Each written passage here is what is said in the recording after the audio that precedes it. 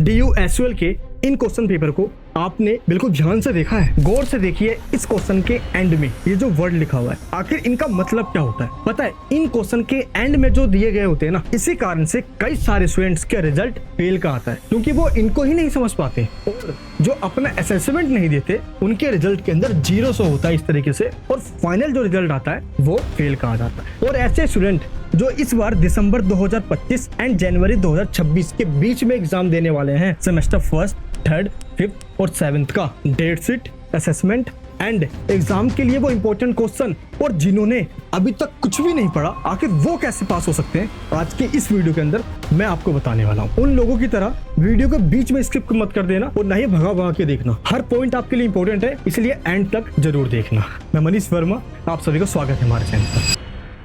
सबसे पहले आप सभी कमेंट बॉक्स के अंदर एक चीज बता दो कि आपके पास सब्जेक्ट कौन कौन से हैं, कौन से सब्जेक्ट आपने लिए और आपको सबसे टफ सब्जेक्ट कौन सा लग रहा है। पता मैं आपको ऐसा क्यों कह रहा हूँ, क्योंकि डेट शीट आ चुकी है, आपने डाउनलोड करी तो मैंने डायरेक्ट लिंक दे दिया नीचे डिस्क्रिप्शन बॉक्स के अंदर, डेट शीट को डाउनलोड कर लेना।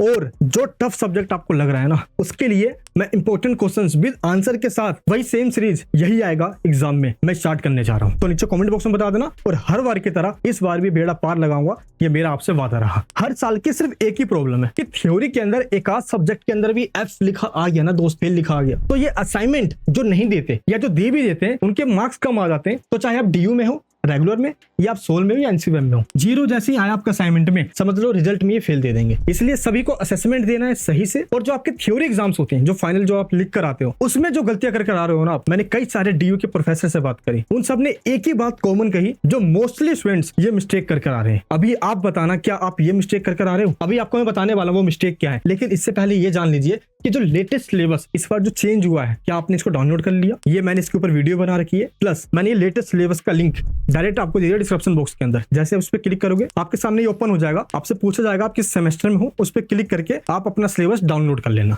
लेकिन आप अपना सिलेबस डाउनलोड भी कर लोगे, देख भी लोगे, कोई दिक्कत नहीं है। लेकिन जितने भी प्रोफेसर जो कॉपी चेक करते हैं, उन्होंने एक ही मिस्टेक बताई। आप में से ऐसे कितने स्टूडेंट है जो आंसर को इस तरीके से लिख कर आ रहे हैं? सही सही बताना। पता मैं ऐसा क्यों कह रहा हूँ? जितने भी कॉपी चेक करे उन्होंने यही कहा कि आपका आंसर इस तरीके से लिखा होता है, इस फॉर्मेट में लिखा होता है, कोई स्ट्रक्चर वे नहीं होता। अच्छा, कई स्टूडेंट तो ऐसे होते हैं, वो इतने महान होते हैं कि इस तरीके से कीड़े मकोड़ों की तरह आंसर लिख कर आते हैं। आप लिख रहे हो ये सोचकर कि मुझे समझ में आ रहा है ना, बाढ़ मेरा टीचर। भाई आपको उनको समझाना है जो आपका आंसर शीट चेक करने वाले हैं, इस तरीके से आंसर नहीं लिखना। इसलिए सिलेबस चेक भी कर लिया आपने और आपने पढ़ भी लिया, लेकिन एग्जाम के अंदर फिर भी वही मिस्टेक कर आ गए, तो रिजल्ट फेल का आना ही आना है। अच्छा, आप पढ़ाई कहाँ से कर रहे हो? आपको पता है, हर बार की तरह इस बार भी हमारे लेटेस्ट नोट्स आ चुके हैं, जिसपे वही 10 से 12 क्वेश्चन दिया गया है जो एग्जाम में 100% आता है। मैं इसलिए 100% कह रहा हूँ क्योंकि हर साल की बात है ये, लास्ट ईयर जिन्होंने नोट्स लिया होगा उनको पता है। और इस बार हमारे नोट्स अपडेट हो गए, तो ये जो टेलीग्राम में फ्री में जो नोट्स सर्कुलेट कर देते हैं ना, और आप में भी कई लोग ऐसे हैं जो फ्री के चक्कर में रहते हैं, नोट्स फ्री में टेलीग्राम में मिल जाए, वो सारे आउटडेटेड नोट्स से ध्यान रखना। नए नोट्स वेबसाइट पे आ गए, आप इनको डाउनलोड कर लीजिए,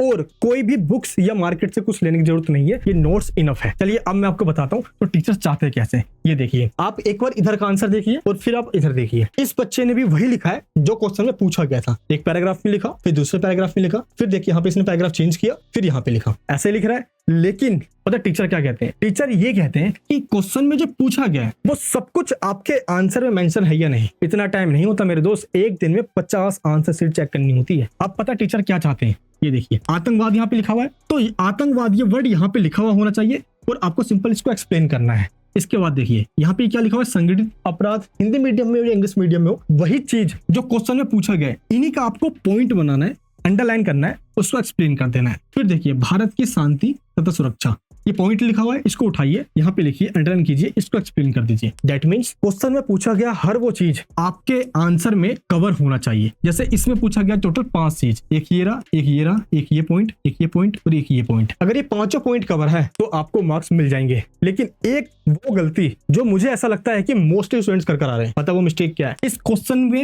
एंड में जो वर्ड पूछा गया है इस पे ध्यान ना देना। अच्छा, आप नीचे कमेंट बॉक्स में बताना आप अपना आंसर किस तरीके से लिख कर आ रहे हो। अगर ऐसा लिख कर आ रहे हो तो आपको चेंज करना है, क्योंकि कई लोग आंसर लिखते तो हैं लेकिन शुरुआत का जो आंसर की स्टार्टिंग है वो गलत कर देते हैं। पता है स्टार्टिंग कैसे करना है आपको? सबसे पहले आपने आंसर नंबर डाल दिया, चाहे 1 कर रहे हो, 2 कर रहे हो, 3 कर रहे हो, 4 कर रहे हो, दैट्स अप टू यू। लेकिन सबसे पहले वो इंट्रोडक्शन नहीं लिखते। टॉपिक का छोटा सा इस तरीके से वर्ड डालो, इंट्रोडक्शन। ये मत सोचो कि सर ये हिंदी थोड़ी है जो कि हम परिचय लिखेंगे। भाई हिंदी में ही सिर्फ परिचय लिखते, आप उस टॉपिक का छोटा सा इंट्रोडक्शन दे रहे हो, इसलिए इस तरीके से इंट्रोडक्शन लिखिए। क्लियर है? फिर इस तरीके से 3, 4, 5 लाइन जो भी होता है लिखने के बाद जो थिंकर्स के व्यूज हैं, 2-4 थिंकर्स का नाम रट के जाओ, हर क्वेश्चन में लपेट कर आ जाओ। इतना टीचर देखते नहीं है, लेकिन आंसर इस फॉर्मेट में होना चाहिए, ये आपको ध्यान रखना चाहिए। हिस्ट्री हो, पॉलिटिकल हो, जियोग्राफी हो, सोशियोलॉजी हो, जो भी आपके पास सब्जेक्ट है। और इसके बाद आपको इसी तरीके से इनमें से उठाना है और पॉइंट वाइज आपको बना के लिख देना है। छोटे छोटे पॉइंट नहीं, इस तरीके से आपने एक पॉइंट बनाया, फिर 2-3 लाइन में पॉइंट खत्म कर दिया, फिर सेकंड बना दिया आपने। आपके पॉइंट्स भी ऐसे लगे कि पैराग्राफ कवर कर रहे हैं, वो बड़े बड़े पैराग्राफ में हो, लेकिन वो पॉइंट्स वाइज में कवर हो, इस तरीके से हेडिंग डाल के, ताकि हेडिंग से ही आपके क्वेश्चन आंसर कंप्लीट हो जाए। क्लियर है?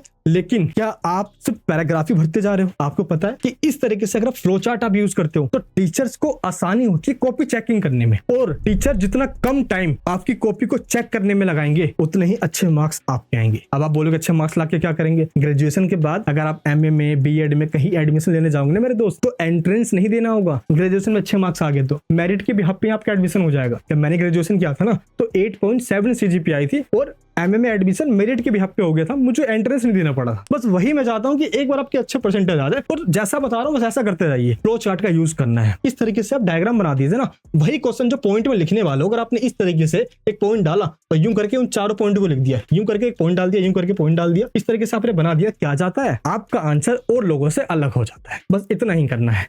करोगे ना ऐसा, बस जो हमने नोट्स आपको दिया हुआ ना, उन नोट्स के अंदर ये सब कुछ मेंशन किया गया है। और कई लोग पूछते हैं कि सर ऐसे कितने पेज में हमें आंसर लिखना होगा?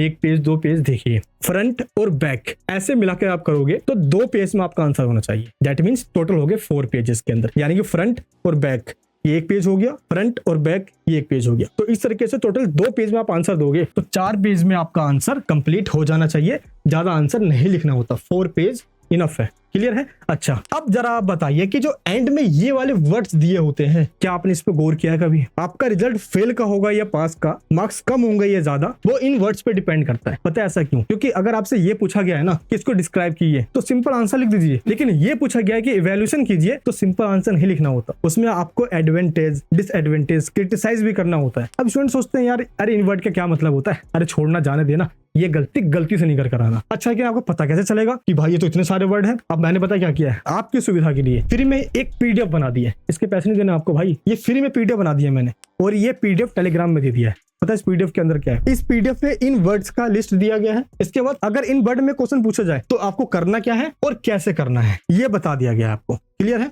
और इसके ऊपर मैंने एक प्रॉपर वीडियो भी बना रखी है कि आंसर लिखते कैसे। आपने वीडियो देख लिया ना दोस्त, कुछ नहीं करना पड़ेगा, बस एक बार आप इस वीडियो को भी देख सकते हो। तो जिन्होंने अभी तक कुछ भी नहीं पढ़ा, अब आपके पास टाइम आ गया, थोड़ा सा एक्टिव हो जाओ। प्रीवियस ईयर के क्वेश्चन पेपर जो मैंने फ्री में टेलीग्राम में डाल दिए हैं इस वाले ग्रुप के अंदर, वहां से डाउनलोड कर लीजिए और उनको भी कर लोगे ना, और कुछ भी नहीं करना। एक बार PYQ चेक कर लीजिए, और वही PYQ मैं आपको अपनी क्लासेस में करवाने वाला हूँ। PYQ से ही क्वेश्चन हर साल रिपीट होते हैं और इस बार भी रिपीट होने वाले हैं। तो सेमेस्टर फर्स्ट में हो, थर्ड में हो, फिफ्थ में हो या 7th में हो, अपने सब्जेक्ट बताना, और जिसने कुछ भी नहीं पढ़ा वो PYQ सोल्व करके जाना, उससे बाहर कुछ नहीं आएगा आपके एग्जाम में, ये गारंटी देता हूँ। क्लियर है? अच्छा, ये वीडियो कैसे लगी कमेंट बॉक्स में बताना, और सभी जगह इस वीडियो को शेयर कर देना। SQL से बुक्स मिल गई है सभी को, जिसको नहीं भी मिली है PDF डाउनलोड करके एक आध चैप्टर चाहो तो उससे भी पढ़ सकते हो, आइडिया लग जाएगा। क्योंकि थोड़ा सा भी पढ़कर जाओगे ना तो एग्जाम में बनाकर लिखने में आसानी हो जाएगी। मिलूंगा नेक्स्ट वीडियो के अंदर। जय हिंद, जय भारत।